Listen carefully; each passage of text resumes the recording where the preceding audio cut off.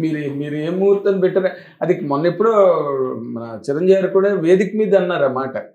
అందులో కేఎస్ రామారావు తప్పేం లేదు, నేనే ఎంకరేజ్ చేశాను యండమూరి వీరేంద్రనాథ్ డైరెక్ట్ని పెడదామని అని ఆయన మొన్న ఎప్పుడో ఫ్యూ ఇయర్స్ బ్యాక్ ఏదో ఫంక్షన్లో చిరంజీవి గారు చెప్పడం జరిగింది. జోకులు అంటే ఎలా ఉంటాయంటే, కేఎస్ రామారావు అంబేద్కర్ సినిమా తీశాడు. సినిమా ఆడలా, పోయిందా అన్నాడు. కారణం మీరేనండి అన్న. ఏమిటన్నాడు, ఏం లేదు, మీరు రిలీజ్ చేసిన థియేటర్ దగ్గర అంబేద్కర్ విగ్రహం పెట్టారు, టికెట్ కొనడానికి వెళ్ళినాడు ఎవడైనా సరే అంటే, ఆయన ఇట్టా చూపించాడు, ఎదురుకుండా థియేటర్కి వెళ్ళిపోయారు అందరూ. థియేటర్ ఆ విగ్రహాలు ఇలా ఉంటాయి కదా, ఎదురుకుండా విగ్రహాన్ని వెళ్ళిపోయారని ఫోన్ నవ్వుకున్నాడు. ఇలా ఉంటాయండి జోకులు. క్రియేటివ్నెస్ బాగుంటుంది.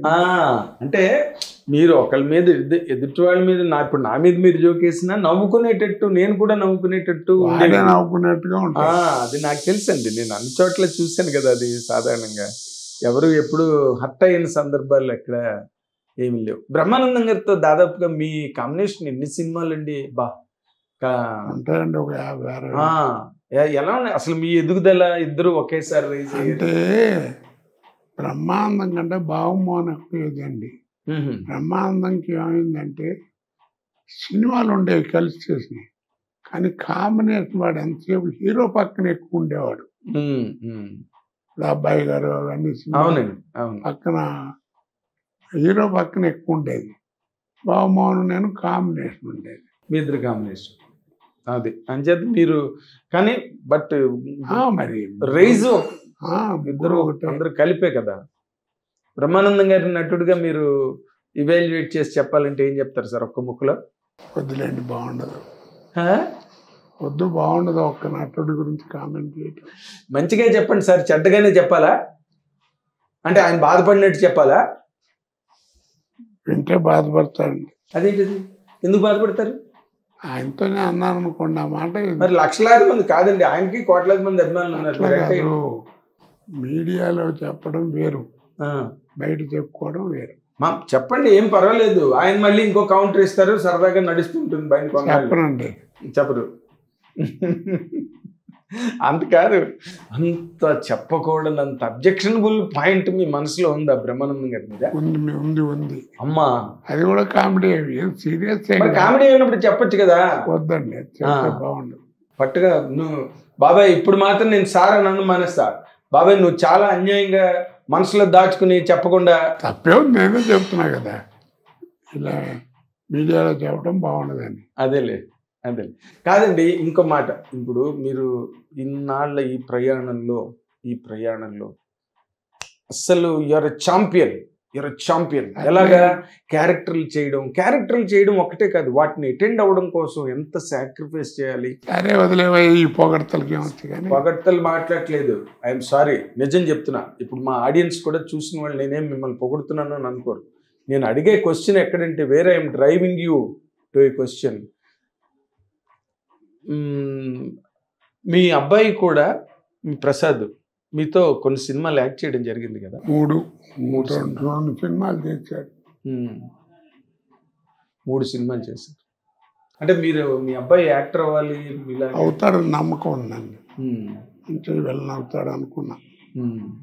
నేను ఎప్పుడూ ఎంకరేజ్ చేసేవాడిని, ఎవరితో అనేవాడిని కాదు, కానీ నాకు మళ్ళీ వాడు కూడా కష్టపడి పైకి రావాలని కోరుకున్నాను. అంతే కదా. కాకపోతే కోట శ్రీనివాసరావు అబ్బాయి కాబట్టి కొంచెం త్వరగా అవకాశాలు వస్తే రావచ్చు కదా. ఎవరన్నా ఇస్తే ఇవ్వచ్చు, అంతే. రావడానికి రావట్లా.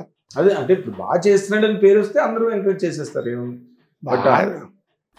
విజిటింగ్ కార్డుకి మీరు ఉపయోగపడతారు, అంతే. విజిటింగ్ కార్డు వరకు ఉపయోగపడతారు. కోట శ్రీనివాసరావు గారు అబ్బాయి అన్నది ఒక రికగ్నిషన్. బట్ ఆ తర్వాత తను బాగా చేస్తే వేషాలు వచ్చి ఉండేవి. బట్ మీ ఇద్దరు కలిసి చేసింది లాస్ట్ సీను అంతకు ముందే కదా, ఒక 1 వీక్లోనే బాబు ప్రసాద్ పోవడం. తలుచుకుంటే ఆ సీన్ చాలా మీరు యాక్ట్ చేయడం, తను పోయే సీనే కదా మీరు యాక్ట్ చేసింది.